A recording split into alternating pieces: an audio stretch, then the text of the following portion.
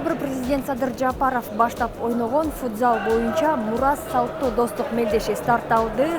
Бүгүнкү оюнга жалпысынан 16 команда катышып жатат. Командалардын арасында президенттин администрациясы, жогорку кеңештин депутаттары, бизнес өкүлдөр, журналисттер, коопсуздук кызматкерлери жана башкалар бар. Азыр биз сиздерге командалар кандай оюнга даярданган, оюн кандай өтүп жатат айтып беребиз.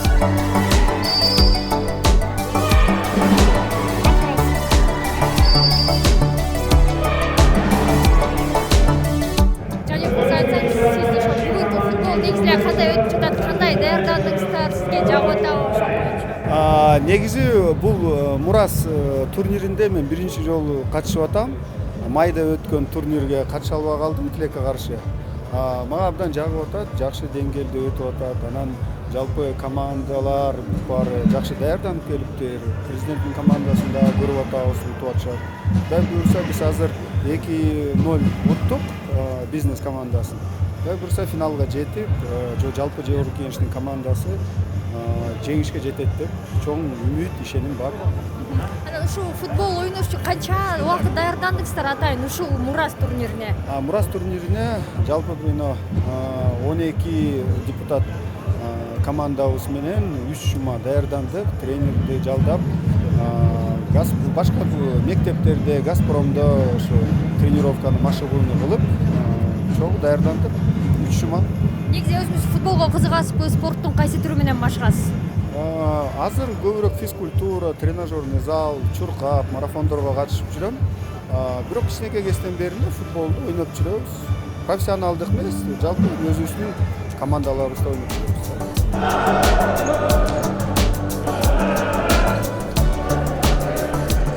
Ошоңуз айтсаңыз, алгач сиздердин команда курамында кимдер бар, кимдер болуп сиздер команда түзгөнсүздөр? Бүгүнкү күндө өзгөчө күн болуп атат. Футбол майрамы деп койсок болот. Бүгүнкү күндө мына мамлекетибиздин бардык булум буруштарынан ошол эле мезгилде президентибиз өзү баштаган команда менен 16 команда чыгып жатат. Ошол 16 команданын ичинде 4 группага бөлүнгөн. 4 группанын ичинде ушул Кыргызстан элинин ассамблеясы дагы, биз дагы ошол бир команда кылып чыктык. Достук деп командабыз, биздин достук. Ошол эле мезгилде бүгүнкү күндө мына ойноп баштадык. Мен ойлойм, маанай бардыгында абдан жакшы. Биз дагы азыр ойнодук, 2-1 бирок коопсуздук деген командадан утулуп калдык. Мен ойлойм, дагы атасам бир 3 оюнубуз бар астыда. Ойносок утабыз деген үмүттөбүз. Биздин командабыздын курамында Кыргызстан элинин ассамблеясынын курамына кирген бардык этникалык топтордун мүчөлөрү бар. Өзбекский диаспора, уйгурский, чеченский диаспора, таджикский диаспора, турецкий, азербайджанский бардык диаспоралардын бүгүн жана жетекчилери бул жерде.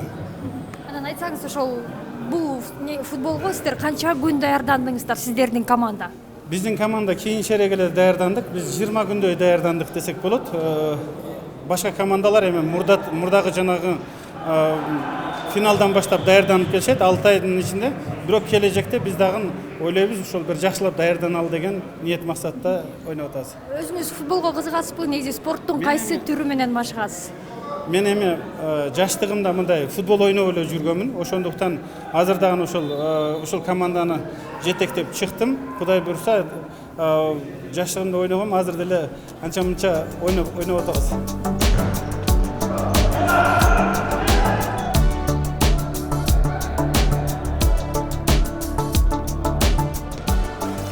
Айтсаңыз, ошо оюн боюнча кандай өттү? Негизи сиздер даярдандыңыздар беле? Даярдыктар кандай болгон? Даярдык бүгүнкү оюнга караганда абдан жакшы болчу. Машыгуу учурунда мындан 4 эсе жакшы ойноп атканбыз. Бирок Тилекке каршы оюн үстө болуп калды биздики. Эки оюнчубуз Пахрон айынан денсаулыгына байланыштуу келе албай калды. Жакшы оюнчуларыбыз, эң мыкты защиттерибиз келе албай калды. Ошол Бакыт Сырмаш менен Бозой Исаков деген оюнчулар келгенде оюн мындан такыр башкача болмок. Биз ошо экинчи состав менен ойногондой эле болуп калдык азырчы. Анан биз 45тен өткөн жигиттербиз, баары тең 50-дөгүлөр. 5 мүнөттөн эле баспай калып атты, чарчапчы. Ошол да өзүнүн таасирин берип атты. Анан бизде ошо кичине замен да азыраак болуп калып атты. Анан өзүбүз дагы оюнубуз кичине жоготуп алдык, сүрдөдүк аябай. Биринчи оюнда негизи өлөсүндө ушундай болот, денең сыбай калат, өзүң оюнга толук кире албай каласың. Бир аз мындай толкундануу болот, ошонун себеби болду. Экинчи оюнда мындан жакшы оюн көргөзөбүз деген бир чоң терең ишенимим бар. Кудай буйрса топтогулук күчтүү командалар деле эң алсыз командадан утуп калган ушулар көп эле кездешет. Чемпионат мыйраны көрүп атабыз. Ошондо болду. Эми Кудай буйруса кийинки оюндарды жакшылап ойнойбуз деп. Биз буга чейинки оюндардын турнир 3 жолу өтөт да. Буга чейинки өткөн экөөнүн оюндарын көргөн себептен президент командасы азыр эң негизги фавориттердин катарына кирет. Бүгүн деле биринчи оюнун көрдүңөр. Абдан бир катуу ойношту. Тоор кеңештик командасы дагы ошо мыкты фавориттердин катарына кирет. Анан өнөр командасы биринчи оюнда чемпион болсо, экинчи оюнда кичине травмалар көп болуп калып, начар болуп калган. Бирок мында болсо карасак составы күчтүүрөөк экен. Өнөр командасы дагы мында жакшы даярдык менен келди. Ошондой эле спорт федерациясы командасы дагы азыр күчтүү. Анан биз билбеген жаңы чыккан командалар бар. Спорт жылдыздары сыяктуу болгон. Алар биз белгисиз, бирок биз алардан кичине коркуп турабыз да. Алар күчтүүрөөк болуп калышы мүмкүн. Негизи өзүңүз спортко кызыгасызбы, футболду ойночу элеңизби? Биз эми спорт сүйүүчү катары мен өзүм КТРКда Кыргыз радиосунда журналист болуп иштейм. Ошо КТРКнын курама командасы менен ар кандай медиа лигаларга, массалык маалымат карат арасында турнирлерге катышып жүрөбүз. Мындай спорт сүйүүчү катары. Биз эми ал ашып келсе бир 6 айда бир, 2 айда бир ойноп калабыз да. Күнүгө машыга албайбыз, шарт жок. Ал эми мен өзүм атайын машыгып ойногон оюнум бул стол тенниси. Стол тенниси боюнча мен Кыргызстан чемпионаттарына катышып жүрөм. Лига деп коет, аякта ошо биринчи, экинчи лигада ойнойм. Ошо спорт стол тенниси боюнча мен өзүм мыкты спортсмен катары өзүм мындай көргөзүп жүрөм да. Футболдо спорт сүйүүчү катары гана.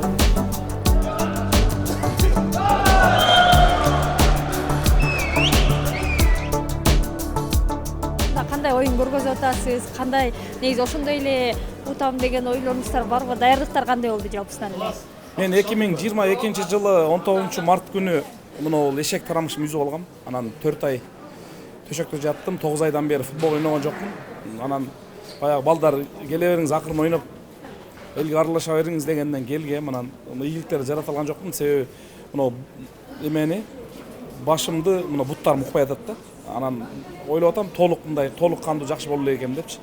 Бирок биз ошол биринчи президенттик кубогунда биринчи орунду алганбыз. Биринчи 9-секундта кубокту ачып бергеним керек болсо гол менен. Андан кийин ошондой кырсыкта анан көптөн бери ойнобой, бирок азыр да үмүтүбүз бар. Балким бүгүн дагы биринчи орунга чыгабыз. Балким намыстанып кайтабыз үйгө. Анан эмнеси болсо да ошол чын жүрөктөн баягы ойноп, аракет кылып, ким биринчиликти алса, ошолорго дагы ийгилик каалайбыз. Алардын баягы ити чөп жеп иши жүрө берсин дейбиз. Чоң рахмат, сиздерге ийгилик каалайбыз. Камчыбек, айтсаңыз, ошо бүгүнкү футбол кандай өтүп жатат? Сиздер кандай ойнодуңуздар? Кандай оюн көргөздүңүздөр? Футболчу негизи шаңдуу башталган, аябай башталган. Анан биз маданияттын кыргыз элинин каймактары кой, аймактарды көтөрөлү деп анан 1-0 менен утуруп койдук атайын. Аймактарды көтөрөлү депчи. Аймактагылар деле өнөксүн деп. Анткени биринчи оюнда биз албадык белек, утпадык белек. Чемпион болот белек, анан кой жок дегенде аймактарга деп биринчи оюнда ошол көтөрүп койдук. Биринчисинде эле. Кийинки оюндарда кандай? Эми ден соолук менен тирешебиз буюрса. Ден соолук менен ыйман калды, 2 команда калды. Ден соолуктун команда оюнчулары бирок көп эле косактуу болгон менен кыйнөлүшөт экен бирок алар деле. Оңой. Азыр ошол ден соолук менен ойногон атабыз. Андан кийин команда ыйман командасы. Таксырлар. Ошо мурдагы турнирде сиздер утпадыңыздар беле? Анан анда кандай даярдыктар болгон? Бул жолкусунда даярдыктар кандай болду? Биздики тренировка аз болуп калды. Эмнеге? Анткени көп баягы чыгармачылык иш болгондон кийин той топурга, концерт тияк-бияка деп тренировка көп келген жок да. Ашып кетсе 2 күн тренировка кылдык. Калган күндөрү мындай кылып сүйлөшөбүз, тигиндей кылып сүйлөшөбүз деп мындай ойнойбуз деп чыктык. Көбүнчө буякта көп эле футболисттер эмес да. Баары ырчылар, эмелер, ырчылар, актерлор, анан көп эле той топурдан келип атып эле мындай даярдык жакшы болду. Мындай эме көтөрүп, маанай жакшы эле көтөрүп келгенбиз.